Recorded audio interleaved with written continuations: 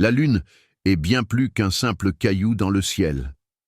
Saviez-vous que nous ne l'avons pas toujours eue?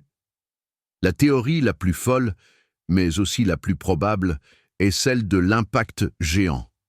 Il y a 4,5 milliards d'années, un astre de la taille de Mars, nommé Theia, aurait percuté la Terre de plein fouet, arrachant une partie de notre manteau pour former la Lune.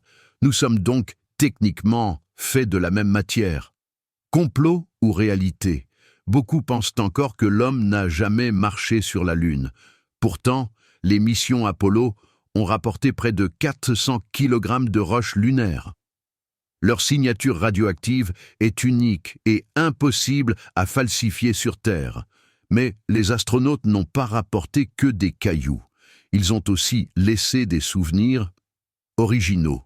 Pour s'alléger au décollage et ramener plus de roches, Neil Armstrong et ses collègues ont laissé sur place des dizaines de sacs d'excréments.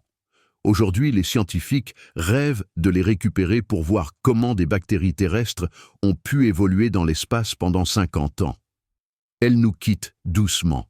Contrairement à ce qu'on voit dans les films catastrophes, la Lune ne va pas nous tomber sur la tête. Au contraire, elle s'éloigne de nous de 3,78 cm par an, soit exactement la vitesse à laquelle vos ongles poussent. En s'éloignant, elle ralentit la rotation de la Terre. Il y a des milliards d'années, une journée ne durait que 5 heures.